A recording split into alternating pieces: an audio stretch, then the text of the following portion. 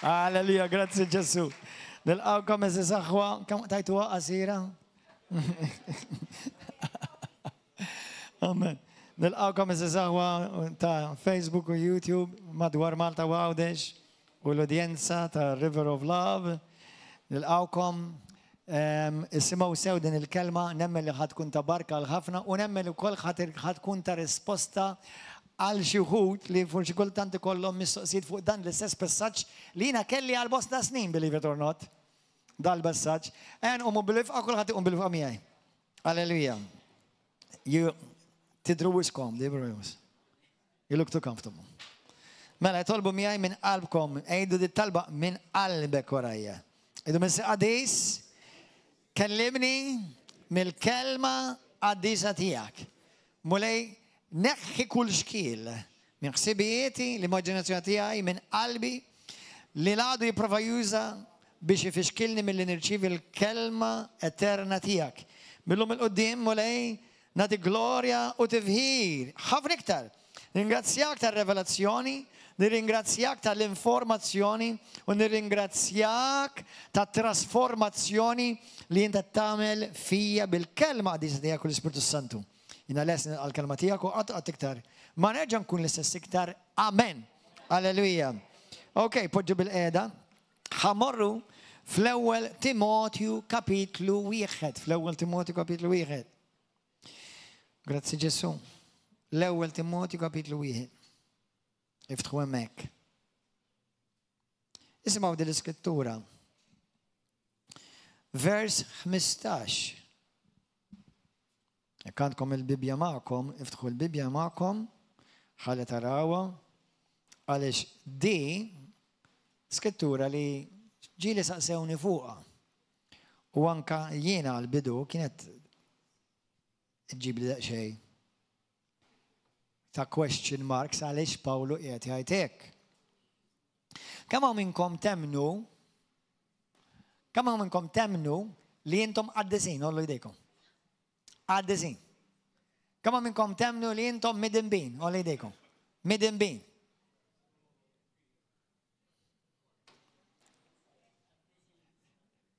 Mela, ħana ġaw namluwa. Kama minnkom temnu li jintom għaddizin, u li jdej. Għandar mux muxen u li jdej. Mela, kama minnkom temnu li jintom midinbin, u li jdej. Mela, min huwa l-verita? X'taħseb li intom il-verità għaddizin jew intom midinbin?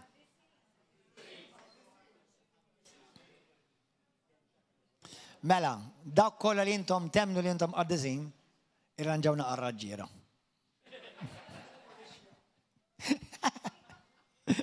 Isimgħu dan il-vers, isimgħu. Dan huwa Pawlu l-Apostlu li minnu aħna irċevejna tant tagħlim aħna u miljuni ta' Kristjani madwar iż-żminijiet. Fuq minn aħna fi Kristu, il-wird glorious li għanna fi Kristu. Vers 15, ismaħħa din hija kelma ta' min jemmina u jilqaħħa għal kollox. Li Kristu ġi fid-dinja biex jisalva il-midinbin u fosthom lili l-ewwel wieħed. Għanajdlok, bil-Malti sabiħa. Ma jisimaw bl-Inglis, ħanitek, jisimaw bl-Inglis. This is a faithful saying and worthy of all acceptance, that Christ Jesus came into the world to save sinners, jisimaw sal-Inglis, of whom I am chief.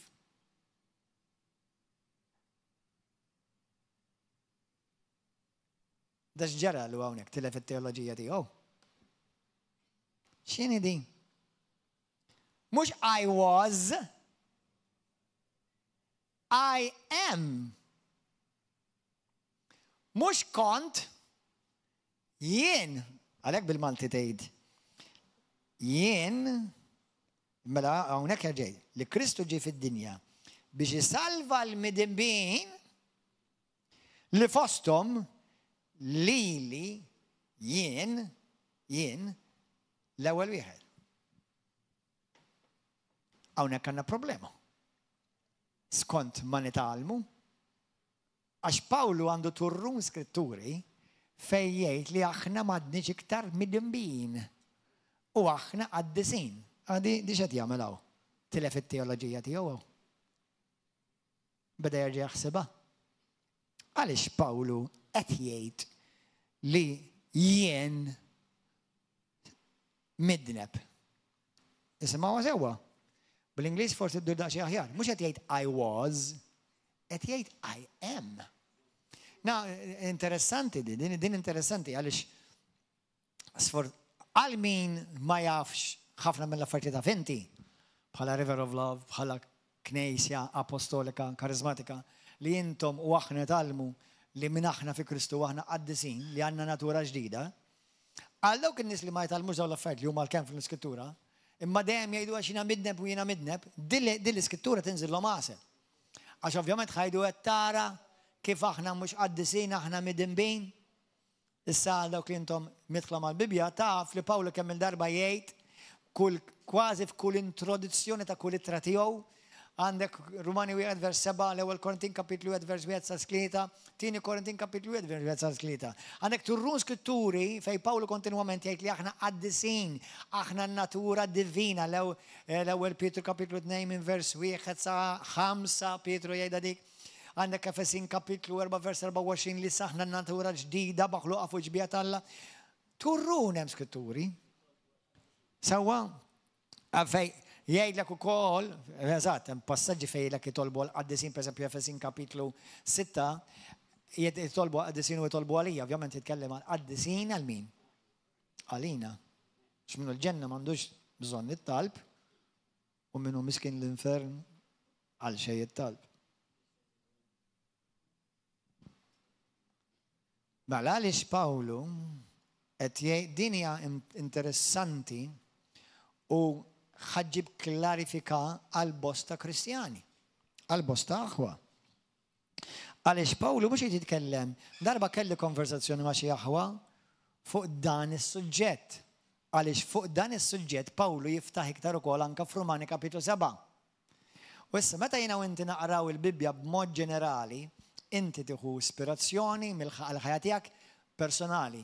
Ma meta tistudja u inti ħad toħroġ talim teoloġiku minnu, trid toqgħod attent għat-termini, qed jitkellem fil-passat, fil-preżent jew fil-futur. Hawnhekk Pawlu bla dubju mhux qed jgħid kont, qed jgħid jien. Allura jekk inti ma jkollokx ma tkunx mitħla sew mat-talim tat-Testament il-ġdid, ħajkollok ħatispiċċa tgħid tara jikkontradixxi lilu nnifsu hawn. Le mhuwiex jikkontradixxi lilu nnifsu. Sewwa mhuwiex jikkontradixxi lilu nnifsu. Mela, number 1, Pawlu ma qalx jiena kont midneb, qal jien għadni midneb, iżda di li iddejjaqni. Għaliex aħna u jiena dejjem inħobb niddikjara u nikklejmja xtejt Kristu fuq min jiena fi Kristu, il-wirt kbir li aħna fi Kristu għandna. Amen. Da hawnhekk Pawlu mhux qed jagħmel xi statement għax ħassu ħażin u beda jħossu guilty f'daqqa waħda. Kemm hawn intom ġieli tidimbu tħossukom guilty. Ġieli tħossukom guilty? Il-dawk li għallejtu jdejkom, ngħidilkom congratulations li tħossukom guilty. Kemm minnkom tidimbu u ma tħossukomx guilty għal idej. Meta tidneb ma tħossokx guilty. Ġieli tdibtu ma tħossokx guilty? Meta tiżbalja inti. Tħossok ħażin wara għal-idek li tħossok ħażin. Intom minnu tajtu li qabel ma sirtu Kristjani ta' Kristu ma kontux tħossukom ħażin meta tidimbu. Ħantikom kelma ta' kuraġġ. Il-fatt li tħossok ħażin meta tiżbalja ifisser li l-Ispirtu Santu għadu jaħdem fik. Ma telqekx għax kieku ma tħoss ħażin. Di xi ħaġa interessanti u koll importanti għaliex ġieli smajta minn predikaturi forsi well-meaning ma jagħmlu żball fejn jgħidu għax jekk tidneb jidilqek l-Ispirtu Santu. Alla ħares! Għax kieku l-Kristjaneżmu tiegħek taf kemm indum minn miliet sa San Stefanu. Alla ħares jidilqek jekk tiżbalja. Infatti x-xogħol tal-Ispiritu Santu mhux biex jiġi jiġġustifika lek id-dnub ta'. Imma waħda mix-xogħol tal-Ispiritu Santu hija biex jikkonvinċik fejn għamil żball. Amen, għalhekk hija good news jekk inti tħossok ħażin fejn żball jgħid. Qed tifhem jekk ma tħossokx ħażin tiġi problema. Jekk ma tħossokx ħażin jekk inti kontinwament qed tgħix fl-iżball. Sawa żball huwa dak li jgħid Alla ta' mhux jgħid id-dinja, ġifieri dak li huwa ħażin fuq din fajn Alla. U inti ma tħossokx ħażin, listen, most probably m'intix Kristjan, right? Qatt ma twelid verament meġdid. Kull m'għandek reliġjon. Mela Pawlu hawnhekk mhux qed jgħid jekk għax ħassu ħażin u beda jħossu kundannat, qed tifhem? Imma isimgħuni din. Pawlu hawnhekk qed jagħti importanza kbira għall grazzja tal-Alla kif? Kif? Għaliex il-grazzja tal-Alla dejjem tiddi l-iktar fejn? Fejn hemm id-dlam. Rumani 22. Fejn joktor id-dnub x'jiġri? Toktor iktar il-grazzja. Issa Pawlu fl-istess passaġġ, ħanaqrawha minn hawn ftit ieħor f'Rumani 7, jgħid dak ma jfissirx li issa inkomplu nidimbu daħħal li toktar iktar il-grazzja. Inti fehmi mela aktar ħankber fil-grazzja mela kompli fattar. Le, imma il-grazzja ma jfissirx, inti ma jfissirx għax inti salvat bil-grazzja ma dekx tidneb. Naħseb issa skoprejtuha biżejjed li xorta dek tidneb biex vera. Għaw xi ħadd baqa' jidneb wara salva? Xoru koza.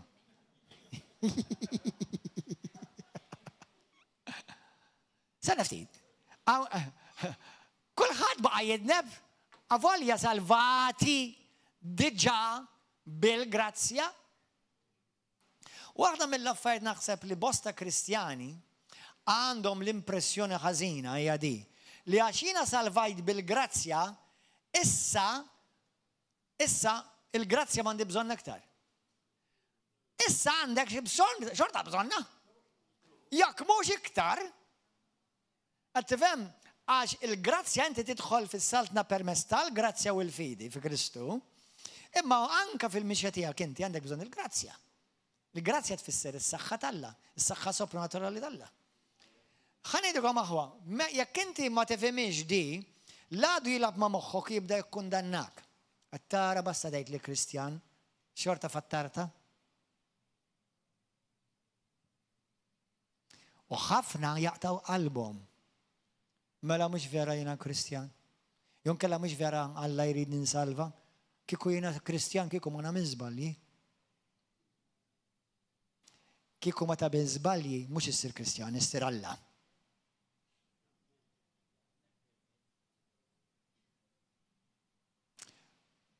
Min daqqa tħassir Alla. Naf li hemm skritturi u nemminhom li aħna n-natura tal-Alla u naf li hawn ċertu Kristjani jħosshom nervużi meta tikkwotalhom Ġwanni 10 vers minn 30 sa 32 u 33 naf ikunu nervużi fejn Ġesu qallhom anke ma tafux li intom Alla u nemmen fl-ewwel Pietru kapitlu 2 li għandna natura divina, ma li ma natura parti minn din natura hija divina. Liema parti minn din natura hija divina? L-Ispirtu. Biss. Pija, il-komplement huwa trapp li xi darba ħajkaħlu l-ħitan bih.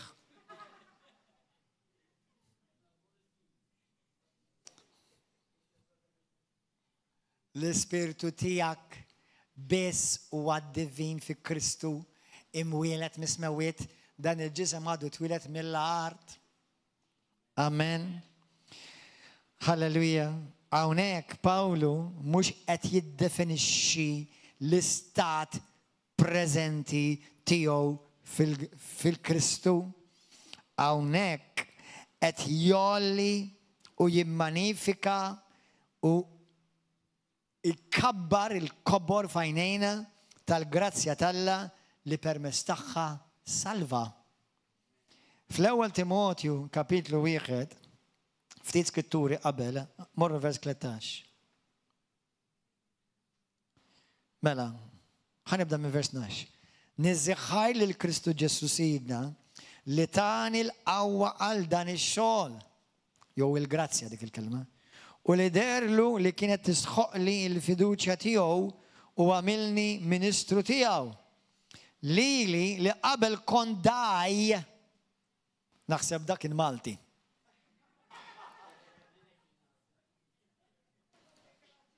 Għax il-Maltin, sfortunatament, waħda l-affarijiet li kienu famużi u għadhom famużi għalija li jidaw. Issa, jiena ma tantx konni daj, fil-sens konnejt xi ma mhux għaw Maltin bleru u jixnixer. Sewa, infatti meta konnejx l-Amerika u anka l-Ingilterra, speċjalment meta konnejx Ingilterra, kun jgħidu li kon nafu fejn huma l-Maltin. Għax jisimgħu jedaw, tismagħhom jedaw. Hekk kienu magħrufin, meta ma konnejx Londra, kienu magħrufin il-Maltin. Ġo Londra, jedaw. That's mhix xi ħaġa sabiħa li jkunu magħrufa biha, by the way. Mela da kien qabel daj, jidaj, persekutur u zebliħi tiegħu. Affajtalla. Iżda jiena sibt il-ħniena. Għax dak li għamiltu bla ma kont naf. Billi kont għadni bla fidi.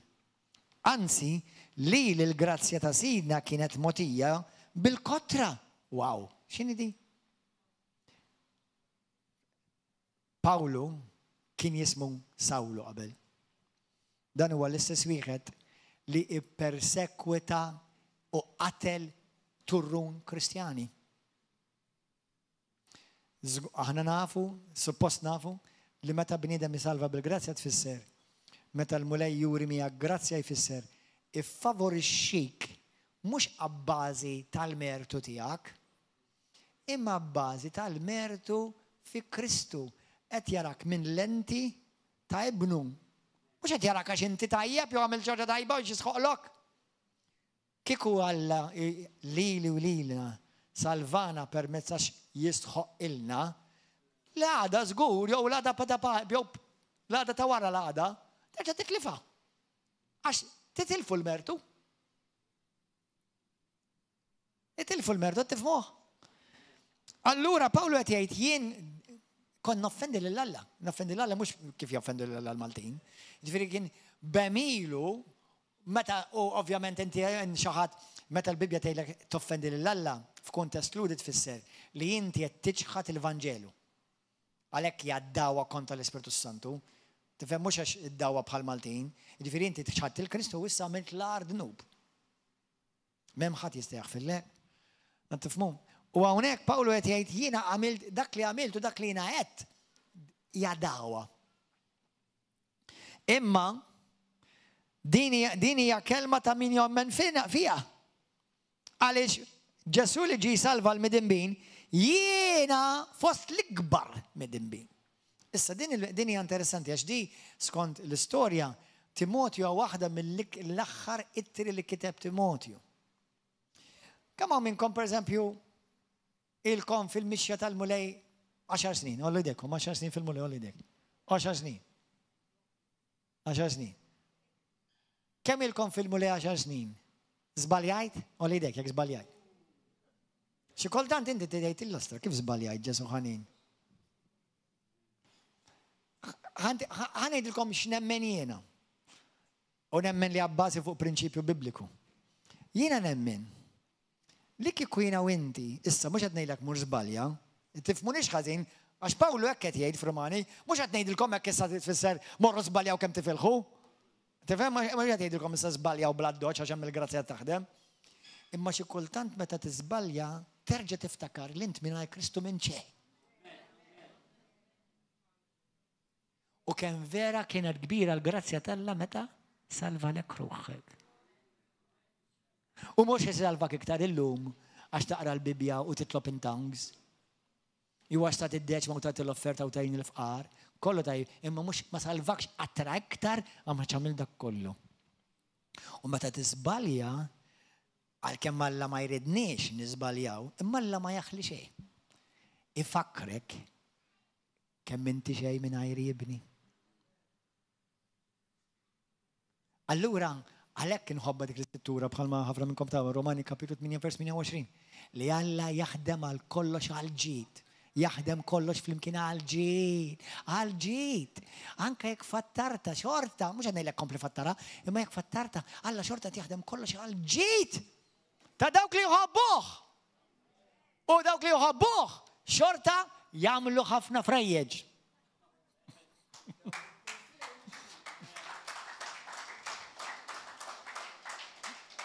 Hej, mhux vera? Mhux vera? Inti tħobbu l-Ġesu u li dek tħobb il-Ġesu. Għamilt froġa dal-aħħar. Ħanejlek jekk tħossok li ma għamilx, dal-waqt ġejja waħda. Bla dubju. U hemmhekk tiftakar. Imnalla salvat bil-grazzja. Qed tifhmu aħwa? Imnalla l-mulej salvani bil-grazzja. Amen. Grazzi Ġesu. Paul kien violenti, kien reliġjuż żelus jobbot il-Kristjani, jippersekwita l-ġisem ta' Kristu l-Knisja u qatel bosta minnhom. Imma il-ħnina li wara Alla miegħu ma kienx tisħoqlu u raha u nduna li Alla tajjielu meta ma kienx jisħoqlu. Għalhekk tiġi grace. Għalhekk tiġi grazzja. Jekk ikun lili u lilek Alla jħobbok u salvak għax inti jisħoqlok mhux grazzja. Tiġi issa pagament. Tiġi reward bl-Ingliż, premju. Amen, ħlas. L-umiltà tal-Kristjan, l-umiltà tiegħek u tiegħi li tkellimt fuqha ftit ilu, iktar ma inti tikber fi Kristu, ismawni aħwa. Meta inti tkun għadek żgħir fil-mulej, tkun isek f'ħanimun. Issa minn rigward ta' żelu, minn rigward ta' kemm tbaqbaq għal-mulej, ibqa' f'ħanimun. Imma minn rigward ta' maturità mbagħad l-affarijiet jibdew jinbidlu. L-affarijiet jibdew jinbidlu għax tibda tiffaċċja challenges, l-sfidi. Sewwa tibda tara affarijiet li ma jogħġbukx min jirfislek il-kallu lilek u inti min tirfes il-ħadd ieħor. Allura issa il-maturità tiegħek tibda tikber. U waħda mill-affarijiet li inti ħażomma kumli hija li tirrealizza li inti avolja Kristjan u ilek 10 snin fi Kristu, jien inni 30 sena u xahar. Tirrealizza imnalla il-grazzja talla salvatni ma kienx bertu tiegħi. Għax iktar ma tikber u dak li beda jġilu Pawlu, beda jirrealizza li avolja jien Kristjan, avolja Alla jużani, avolja Alla jużani bil-miraklu, bil-kalsin u nara n-nies iqumu mill-mewt bħallu fi u jawm jaraw fl-Atti tal-Apostoli kapitlu 19 anka il-maktur li jimsaħ l-araq bieħ, spiċċa keċċixjaten bieħ. Mbagħad jiġi jgħidlek u jiena chief midneb. Kif jista' jkun? Ngħidlek għaliex? Għax inti għandek żewġ naturi fik. Żewġ naturi. Għandek in-natura divina fi Kristu, fl-Ispirtu, u għandek in-natura umana karnali li hija x-xkiel tiegħek kuljum. Kuljum. Ma jfissirx għax inti Kristjan. Ngħidilkom xi ħaġa oħra. Meta bniedem isir Kristjan, subaħ, imnieħru, saqaħ, id-dwiefer, il-ġilda, l-ebda parti minna dik ma ssir Kristjan. Taf xejdu l-Bibja dik? Ġarar tal-fuħħar. U tabaqġu minn barra, xorta ġarra tal-fuħħar tibqa' anke jekk timlija bid-deb, barra xorta ġarra tal-fuħħar jibqa'. Anke jekk timlija bil-fujħa, barra xorta ġarra tal-fuħar tibqa', anke jekk timlija bl-imbit 5000 sena, xorta ġarra tal-fuħar tibqa'. U inti tidġarra miegħek dik sakemm ħajtek tiġi eżawrita. U dik il-ġarra tirra tsir trab.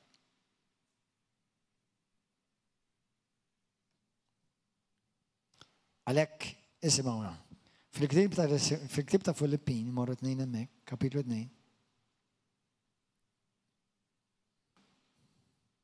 Number 1 dan għandu jkun ta' messaġġ għalik ta' inkoraġġiment mux biex meta inti tiżbalja, jalla ma tiżbaljax, ma realistikament ħad tiżbalja. Sewwa, ħad tiżbalja u tiftakar li inti m'intix l-iżbal. You are not your mistake. Taqbduha? You are not your mistake.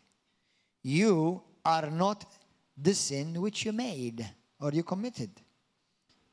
Attifmu? You are in Christ fl-Spiritu. Int fi Kristu persuna ġdida qaddisa. Id-dnub il-ħażin, jekk inti tinnota Pawlu jitkellem f'Romani 7 u ħanaqrawhom flimkien, id-dnub li għamel anka Pawlu li kien jagħmel huwa dnub karnali. Jiena u inti ħanilkom aħwa. Min għandu qalbu vera tal-mulej, min vera qalbu tal-mulej, ovvjament, fl-aħħar mill-aħħar Alla biss jaf min għandu vera qalbu tal-mulej. Imma ħadd ma jmur iqum filgħodu jixtieq ħanweġġa l-oħti u l-ħija. Jew ħammu noqtol, jew ħammu nisraq, jekk inti tal-mulej dawn l-affarijiet żgur m'intix ħadd tagħmlu laqas taħsibhom ma ħajnek tu. Imma inti tagħmel x'mata żbalji fil-ġisem kuljum. U jimpedi issa. Hemm żbalji u żbalji, imma u x'inhu? Xorta dejjem l-indiema, xorta hemm il-maħfra, imma dik hija l-battalja li inti għandek.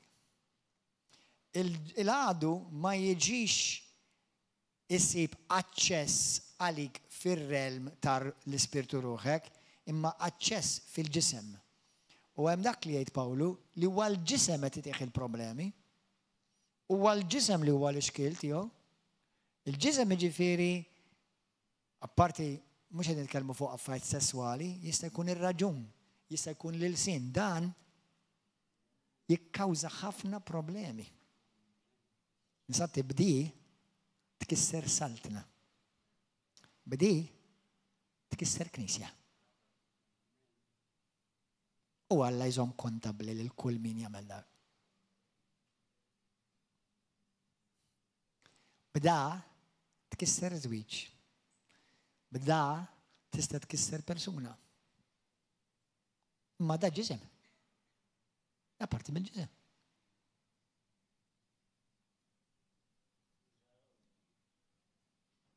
Filippin 2, vers 3, Pawli jgħid tagħmlu xejn pikka ta' partit anqas għal ftaħir fieraħ, imma kunu umli u kull wieħed minnkom iqis l-ieħor aħjar minnu. Aħjar minnu. Fil-ktieb tal-Lamentazzjonijiet, Lamentations, kapitlu 2, vers 22-23. Meta jiena u inti sirna Kristjani, salvati bil-grazzja, Alla wera ħnina lejk, però għadu juri ħnina kol-jum, ta' sal-lum. Mux il-ġurnata bis li salvajt, wera ħnina, anka l-lum juri ħnina miegħek. L-iskrittura taf xi tajt. Tgħid bl-Ingliż aħna ġieli kwota bl-Ingliż, kważi regolari kważi kuljum ngħidilkom. Ngħidu aħna and his mercies are new every morning. Bl-Ingliż hija il-ħniniet tiegħek huma ġodda kull filgħodu. Sa naftit. Kull filgħodu. Mela kull jum għandek bżonn ħnina tal-len? Mhux darba biex salva? Kull jum. Kull jum għandek bżonn ħnina tal-len. Jiena u inti kull jum għandna bżonn ħnina tal-la. Mor fi ktib tal-Lut kapitlu 4, mor wen. Lut 4. Lut kapitlu 4. Vers 15. Kemm hawn inkom li inti f'saħħtek fi Kristu għal idejk? Mhux kulħadd qed jgħid idej. Ġifieri, ħanida bl-Ingliż. How many of you are strong in the Lord? Lift up your hand. Kollha tgħidu dollu għajdejkom ta' għax dik hija tgħid il-Bibbja, mhux tgħid int. Temnu l-Bibbja intom, temnu l-Bibbja jew ma temnuwix?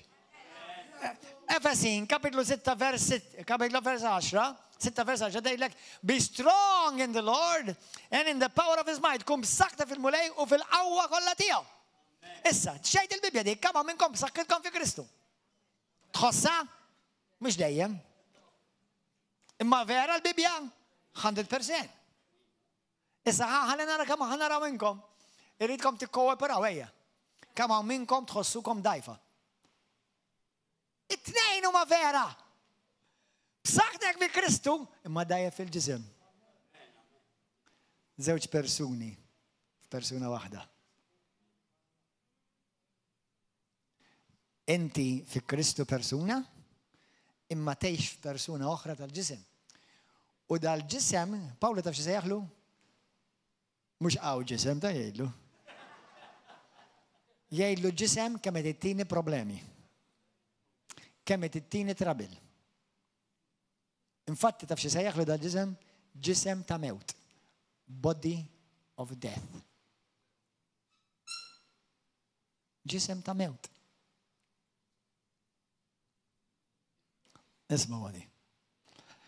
Hebrews, Lut kapitlu 4, vers 15.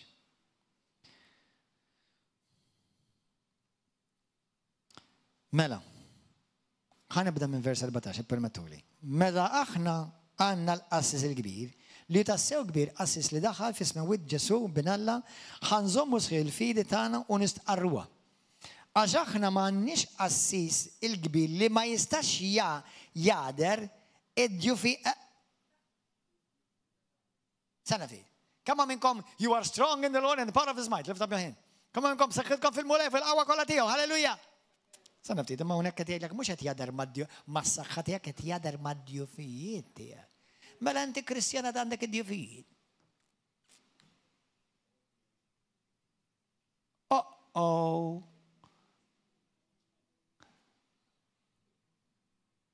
Fil-każ, saqsina għal-raġel, saqsina għal-mara u jfakrukom id-djufijiet kollha minn filosofija.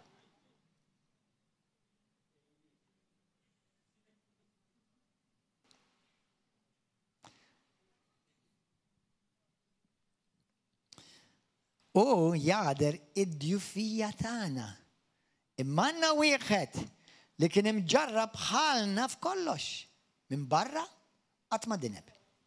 Mela ħanersqu lejh. Mela b'qalbna qawwija lejn it-tron tal-grazzja biex nagħmlu aħna l-Kristjani x'għandna bżonn? Biex naqilgħu il-ħnina.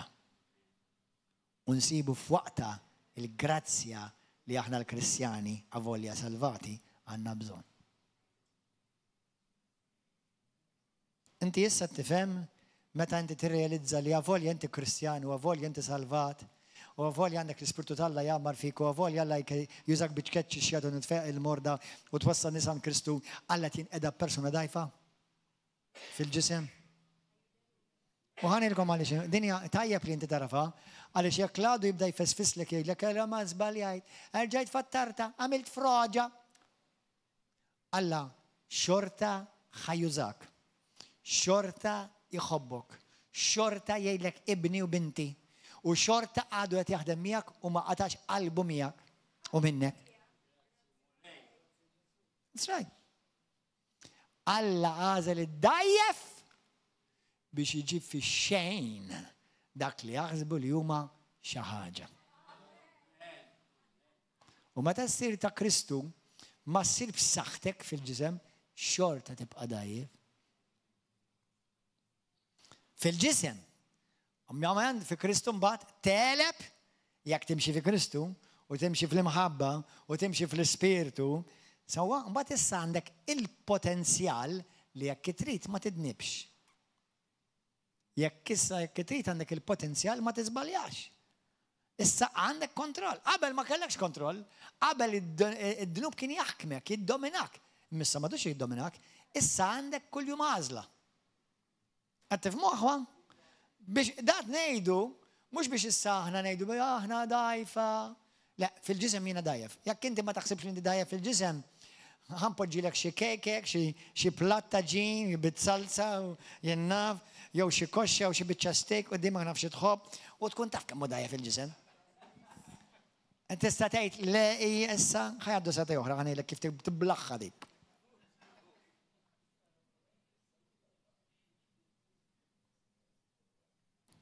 Sewwa?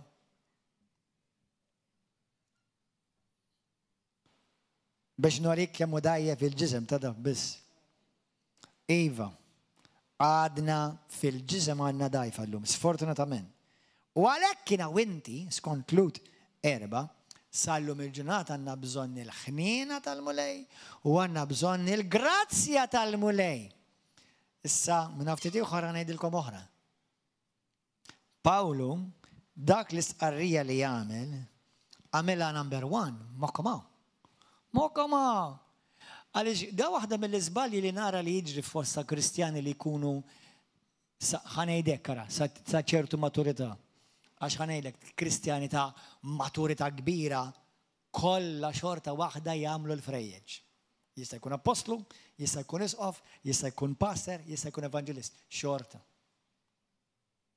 Nies li ilhom fil-mulej frejjeġ għamlu, kienu jagħmlu u kulħadd jgħidha warajja ħajibqgħu jagħmlu.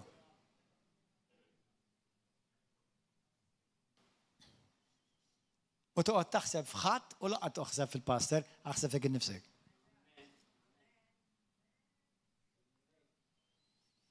Amen. Imma simgħa, di Pawlu l-istqarrija għamilha mhux bħala Kristjan immatur għadu jibda l-Kristjaneżmu, bħala wieħed mill-aktar apostli kbar li qatrat id-dinja.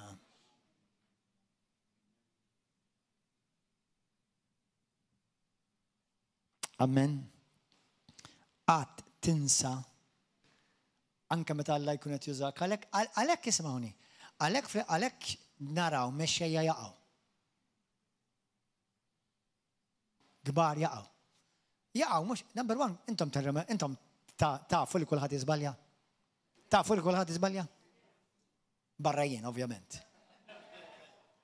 Żommu l-ġebel hemm, please. Jew it-tadam, ha. Le, kulħadd jiżbalja, kulħadd għandu bżonn il-ħniena u l-grazzja tal-mulej. Imma semgħuni di, ħanejlek fejn isir periklu. Issir periklu Pawlu kien qed ikun wise meta qal dik l-iskrittura, għaliex qed jirrealizza li bħalma tgħid ukoll l-iskrittura f'bosta partijiet li meta inti jibda jużak Alla, tibda tkun taf min int fi Kristu, taf x'inhi t-tendenza bħalma għamel id-demonju lil Pawlu fit-2 Korintin kapitlu 13 jiġi nefħek. U jibda jġilek taħseb li inti xi ħaġa speċjali, li inti iktar anointed minn dak il-pastor li ieħor jew minn dak l-evanġelistu, iktar inti talented, iktar inti qawwi, inti għandek iktar l-Alla minn ħadd ieħor, u jibda jnefħek. Iktar tibda tara ħadd jużak ħafna sal-mulej, u jibda tħossok issa jisek inti speċjali iktar minn. Pawlu kien wise. Lil dal bniedem li Alla tant uża li qaleb id-dinja ta' taħt fuq. Sa ċertu punt iktar minn Kristu, tgħidli għaliex. Għax Kristu sa Ġerusalemm wasal. Pawlu li trid jew morru mad-dinja kollha. U qalbu l-Kristjaneżmu ta' taħt fuq. Li kieku ma kienx għal Pawlu, erħilu li naf li hemm affarijiet oħrajn fil-biskittura. Imma kieku kien jibqa' l-4 mill-lud biss il-Vanġelu. Pawlu kien wise. Għax meta beda jużaħ Alla, meta jara l-qawwa tal-Alla taħdem, għal senna ftit. Għal jiena xorta għadni trab tal-art u sallum il-ġurnata f'dal ġisem għadni dajjef u għadni midneb iktar minn ħaddieħor.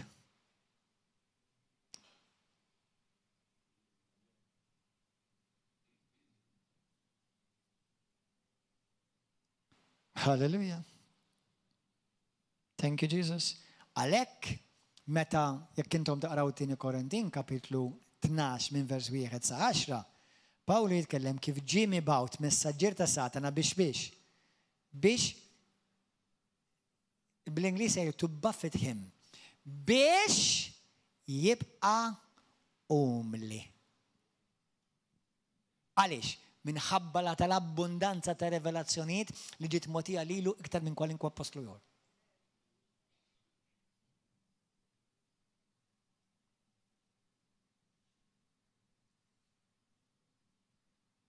Kemm kien wise Pawlu? Kien ħejgen li jiena Alla tani grazzja mpoġġi taħtu u għadni taħt il-Ministeru sal-lum u m'għandi l-ebda interess nitlaq. X'qatt qalli ma qalli l-mulej biex nitlaq. Kien jgħid l-kliem, għal ġiletolkom imma f'dan il-kuntest ħanerġa' nfakkarilkom. Kien jgħid aħna l-Kristjani li nitalmu fuq minn aħna fuq Kristu l-awtorità li għandna fi Kristu, tajjeb li jiena u inti kuljum niddikjaraw il-wedit talla u min jiena fi Kristu x'qawwanti fi Kristu x'awtorità fi Kristu u akbaru dak li hemm fija minn dak li hemm fid-dinja u kollu vera. Imma kien jgħid ukoll. U tajjeb li xi kultant titfakkarlek innifsek li jiena mina xejn mingħajr Kristu, li jiena ħmieġ tal-art mingħajr Kristu, li jiena għandi bżonn il-ħnien ta' Kristu kuljum xorta waħda, li jiena għadni dajja f'dan il-ġisem. Għax dik hija realtà oħra. Verità daqs l-oħra. U bekk tgħin lilek innifsek biex ma tikbillekx rasek.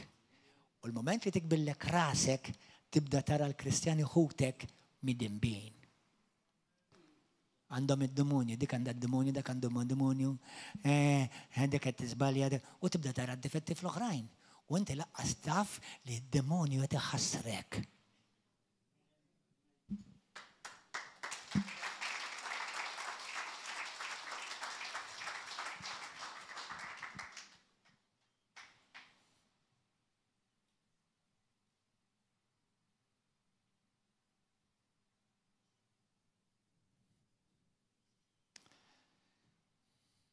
Il-mulej kuljum jura grazzja u ħnina miegħek.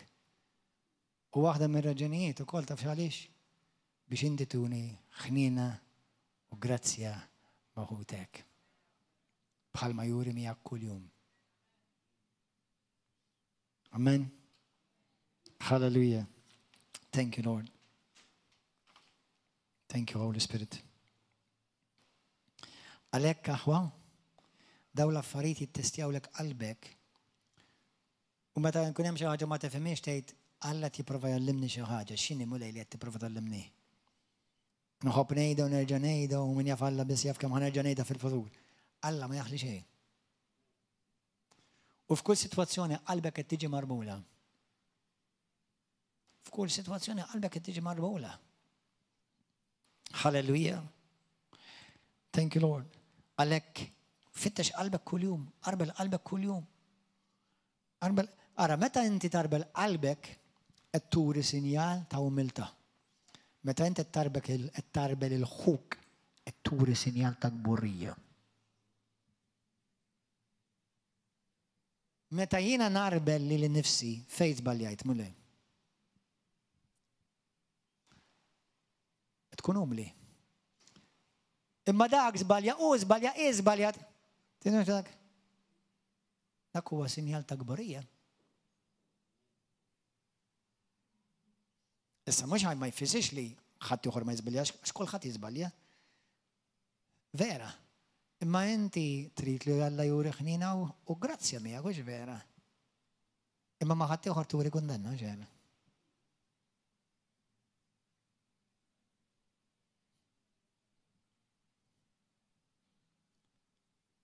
Qed intikom twissija b'imħabba.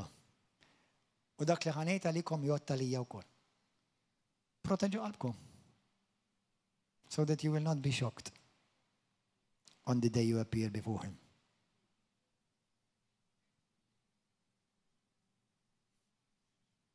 Għax jekk wara miegħek il-mulej abbundanza da grazzja, ara mhux tiġi tgħidli ma rridx naf.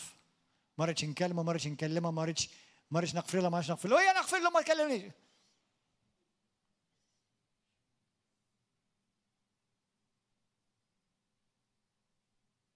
Be careful.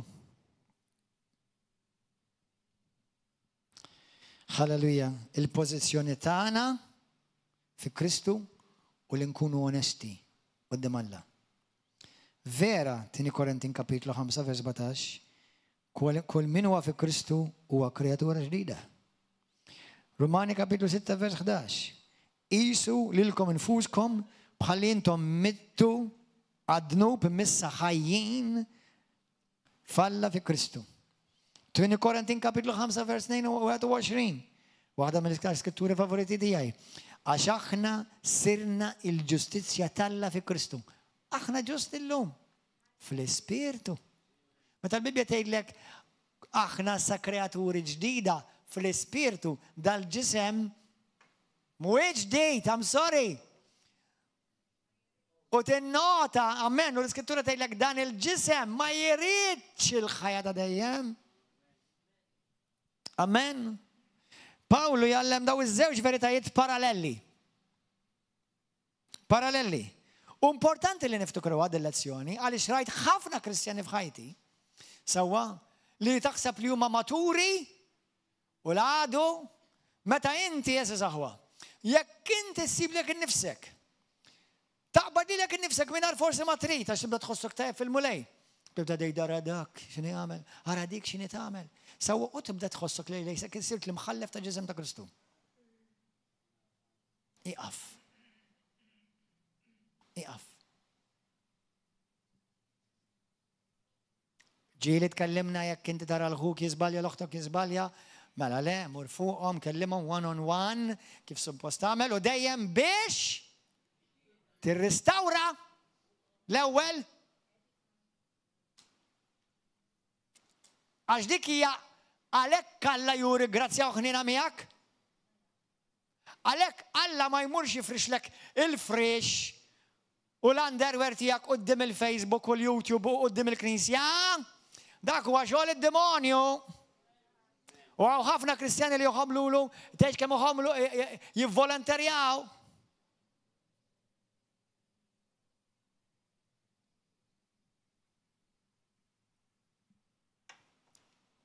Amen. Pawlu jtjallem b'ispirazzjoni ta' Spiritu Santu li aħna ġusti u aħna ġejna magħmula ġodda u ġustifikati fi Kristu. Imma aħna wkoll għandna niftakru li permezz tal-grazzja biss bħalma qal Pawlu salvati u permezz tal-grazzja biss inti tgħix. Permezz tal-grazzja biss tieqaf. Mux mertu tijak li ġejt salvat. Amen. Għalek Pawlu wara dak is-snin kollha jgħid jiena chief sinner bl-Ingliż. Jiena l-iktar wil-midinbin. Mux kont għadni fil-ġisem. Vera kien midneb kbir u kien qattil u daj.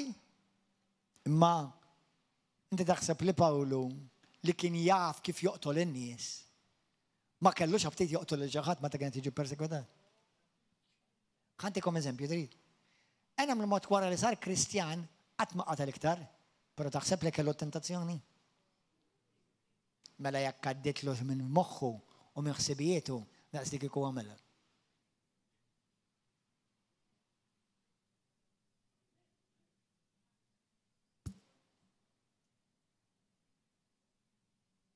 U xi kultant mhux id-dnub li tagħmel niktek, id-dnub li xtaqt li tagħmel ma miltux imma xorta niktek għax għaddejtlek għandilek minn ħsiebek.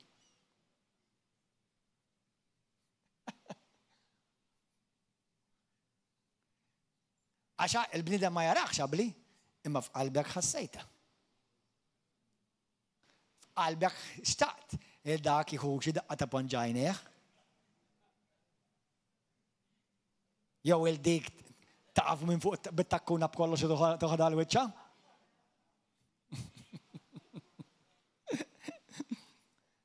Ma jekk ħsibta, avolja l-Bibja tgħidlek ma miltix imma xorta ħsibta, x'vera. Qed tifhem issa għaliex jiena u inti għandna bżonn il-ħnien għall-grazzja kontinwa?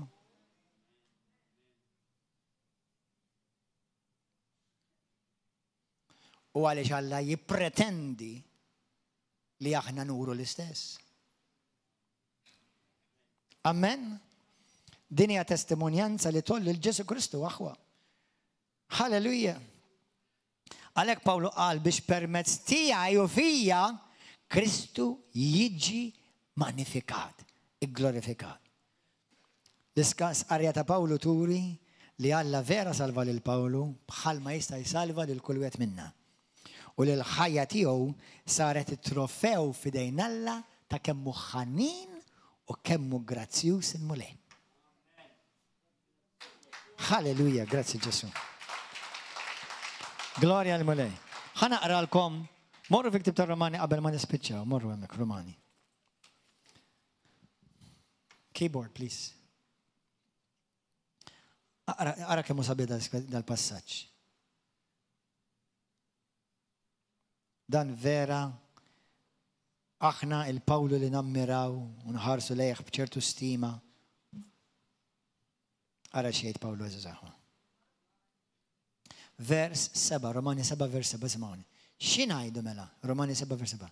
Lill-liġi id-dnub ma jkun qatt. Imma ma kontx inkun naf x'inhu d-dnub kieku ma kienitx il-liġi. Ma kontx inkun naf x'inhu x-xewqat ħżiena kieku l-liġi ma qaltlix. Sewwa? Halleluja. Id-dnub ħal okkażjoni mill-kmandament u qajjem kull xorta ta' passjoni fija. Mingħajr il-liġi d-dnub kien ikun ħaġa mejta. Meta kont darba ngħix mingħajr il-liġi, imbaġġi l-kmandament u d-dnub ħarruh. Jien mitt il-kmandament li kien maħsub biex iġib il-ħajja spiċċa biex ġib l-mewt. Id-dnub ħa okkażjoni mill-kmandament biex qarraq bija u qatilni. Il-liġi qaddisa u l-kmandamentu qaddis ġustu tajjeb. 13. Mela dak li hu tajjeb sar mewt għalija. Ma jkun qatt iżda d-dnub biex jurini li hu dnub ġieb lil mewt b'dak li hu tajjeb biex permezz tal-kmandament. Id-dnub jurini sa fejn jassal il-ħażen tad-dnub. Nafu li l-liġi spiritwali, imma jien tad-demm u l-laħam u anka tax-xaħam. Demm, laħam u xaħam. Halleluja. Ma nafx x'jien nagħmel, mhux x'kont nagħmel, x'jien nagħmel. Naf li mhux dak li rrid nagħmel, mhux kont nagħmel, iżda dak li ma rridx. Jekk nagħmel dik li ma rridx, naqbel mal-liġi li tajba. Iżda mela mhux aktar jien li qiegħed nagħmel dan il-jiena minju, il-jien min jien. Il-jien min jien fi Kristu. Dal-ġisem huwa biss fejn ngħix. Issa mela mhux iktar jien li qiegħed nagħmel dan id-dnub, iżda li hemm jammar ġewwa fija. Naf li t-tajjeb ma jammarx fija. Fil-ġisem jiġifieri fil-ġismi. Ismawni qalbi tista' titrejniha ġismek, tista' tibdilkom biż-żejt u bil-ħwawar. M'hemm xejn tajjeb ġismek. Għandu bżonnok il-mulej f'dan il-ġisem f'din id-dinja biex jista' jutilizzak fuq din l-art. Pija m'hemm xejn tajjeb fih. Ir-rida tajba qiegħda hemm, jiġifieri nixtieq nagħmel rida tajba dak li hu sew, imma li nagħmel it-tajjeb mhux hemm. Ħanejdukom aħwa, nkunu onesti. Ġieli għamiltu xi ħaġa tajba u għamilta tajba imma ma xtaqx li kellek, ma kellek xabti tagħmilha. Imma xorta għamiltu it-tajjeb. Thank you tal-onesta. Taraw kif il-Bibja hija vera. Xi kultant għamilna tajjeb mhux għax rid nagħmlu tajjeb għax naf li hekk suppost.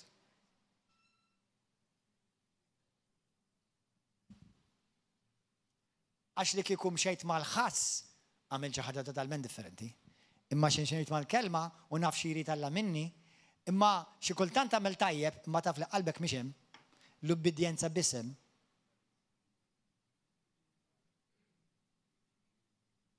Għalli dik hija l-battalja bejn il-ġisem u bejn l-ispirtu.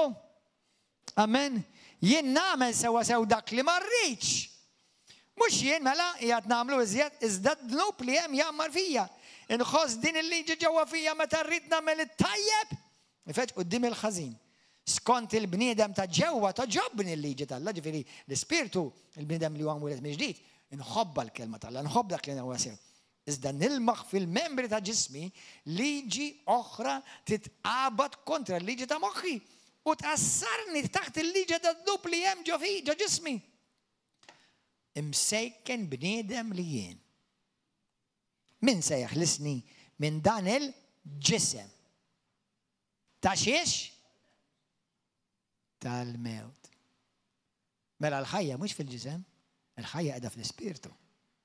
Issa, hemm liġijiet oħra fl-ispirtu bħalma tgħidlek f'Romani kapitlu 8 minn vers 1 sa 11 li l-liġi tal-Ispirtu qed topera f'daw il-membri. Dik xi ħaġa nistgħu nitkellmu fuqha ma sabiħa u tistgħu timmedita fuqha. Imsejkem bniedem li jien. Min se jeħlisni minn dan il-ġisem tal-mewt, ġisem tal-mewt. Nizzeħħali l-Alla permezz Ġesu Kristu sidna. Mela minni nnifsi jien naqdi l-liġi tal-Alla. Moħħi u bruħi iżda f'ġismi naqdi l-liġi tad-dnub. Jiġifieri jiena naf li l-kelma tal-Alla vera għandha raġun. Għax hekk irid, ġismi naf xi jrid u naf l-ispirtu tiegħi xi jrid. Hemm tnejn fik. U t-tnejn huma reali. U t-tnejn tiddilja magħhom kuljum. Il-ġisem tad-dnub, il-ġisem dajjef, il-ġisem li Kristu nafu nirringrazzja l-Alla skont Luk kapitlu 4 tgħidlek li identifika miegħek għax kellu ġisem ukoll dajjef, imma qatt ma qal jiva għad-dnub, grazzi Ġesu. Jidentifika, għalhekk ġie biex jidentifika magħna, Alla ma jistax jidentifika miegħek bħala Alla, jista' jidentifika miegħek biss bħala bniedem. Amen aħwa? Kif ħan applikaw daw f'ħajjitna? Number 1, ismawni Jeżus aħwa.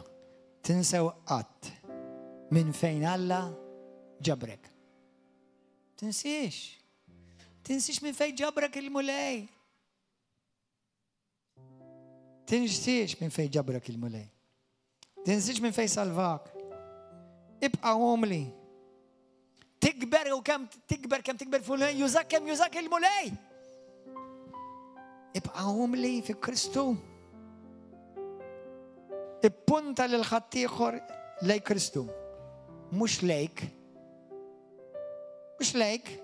Lej Ġesu. Ħalli t-testimonjanza tiegħek tolli il-grazzja tal-Alla. Mhux it-tjubija tiegħek kemm inta pent. Nibża dawk in-nies jgħidu kemm hu raġel tajjeb. Kemm mara tajba. Li ma jgħidulix mara. Imma grazzi Ġesu. Meta jgħidulek kemm inti raġel tajjeb. Għadhom kif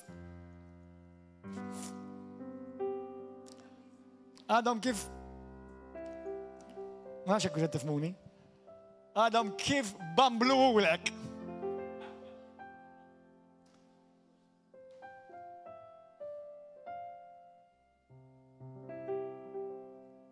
Tajjeb vera għal-ħruq imma.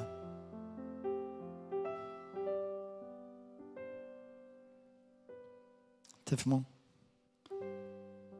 Gloria lilek. 2 Korintin 4:7. Dan it-teżor qiegħed għandna f'ġarar tal-fuħħar. Ħalli bekk jidher sewwa li l-kobor ta' din il-qawwa ġej minn Alla u mhux minna. Għalhekk isimgħuni jiena nifhem li hekk għandu jkun li ħafna Kristjani jgħidu mhux li tagħti glorja lill-mulej. Isimgħuni, meta l-mulej jużak biex tara xi ħadd fiq, tara xi ħadd inħares mix-xitan. U inti tgħidlu praise the Lord, hi mhux lili, make sure you mean it. Għax xi kultant il-Kristjani vera jgħidu nagħtu glorja lill-mulej imma għatini naqtab ċejba lili wejja, għajd li prosit għandna qrejja wejja. U attent. Il-bniedem għal li ma rajiex, Alla ra kollox. Għamilt xi ħaġa għal Alla, make sure li vera għal Alla għamilta.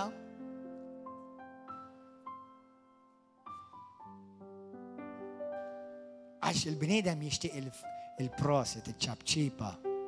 Kemm inti bravu, kemm inti anointed, kemm inti talented. Ma attent. Qabli mettilhomx bil-kliem ċabċpuli please, li kemm in bravu please. Imma ġo qalbek vera xtaqta.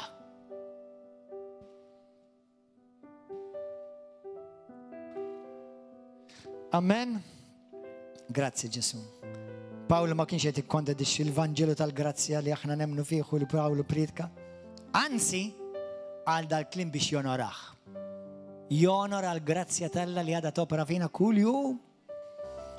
Ma ċaħħaġ minn aħna fi Kristu b'daqshekk. Ma ċaħħaġ li issa jiena mina xejn. Le, xorta min jien fi Kristu bil-bers ta' Kristu. Imma sempliċiment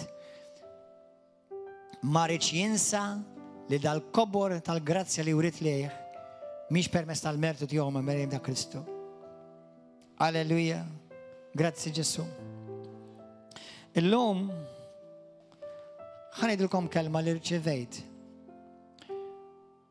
Il-biraħ kellna ħin ta' talb ma' bosta pastors, xi 6 pastors ġewwa Malta, 4 sigħat talb. Grazzi Ġesu għal pjaċir. U llum rċevejt kelma minn il-mulej xi ħadd fil-mulej bat li kelma għal li passa għalt li ma nafx għalfejn ikolli din il-kelma għalt li ma ħantik din il-kelma u din il-kelma mhux għalija biss. Jiena rċevejta imma għalikom il-kum. Isimgħuha sew. Isimgħuha sew. Il-kelma hija din.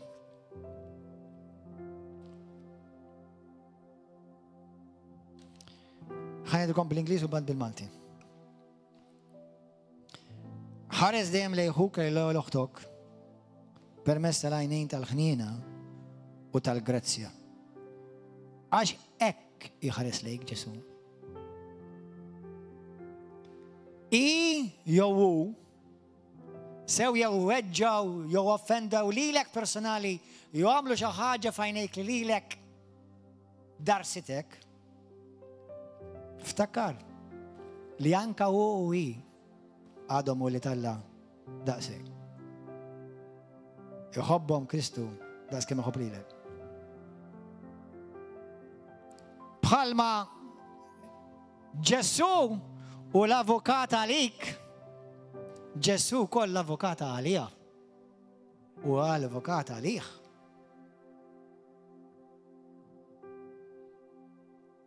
Speċjalment jekk issejt ngħidilkom issejħu l-isem tal-Mulej.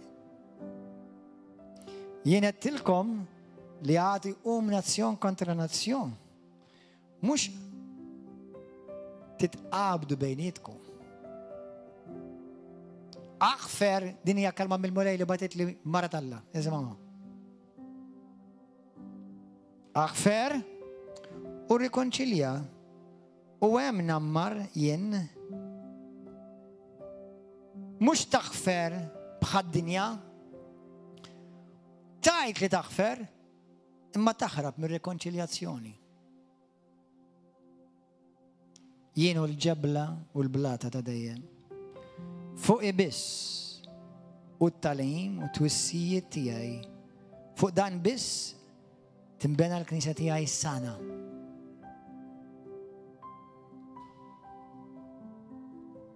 Kif jitrattak Ġesu lilek? Kif ħares lejk il-Mulej? L-istess ħniena u grazzja li titlob u li Kristu jtik kuljum huwa dak li inti tittistendi lil ħadd ieħor aħu. U xi kultant mhux komdu. Mhux faċli, anzi fil-ġisem impossibbli fil-ġisem. Fil-ġisem diffiċli ħafna. Dik il-kelma li għadni kif xejn magħkom kienet kelma li mara Alla tatni għak li dan l-klim qed nirċievi ma stajx norqod mingħajr qabel nibgħitulek. Il-kelma għalija u l-kelma l-kull wieħed minnkom u dawk kollha tisimgħu barra. Qgħod attent għax faċli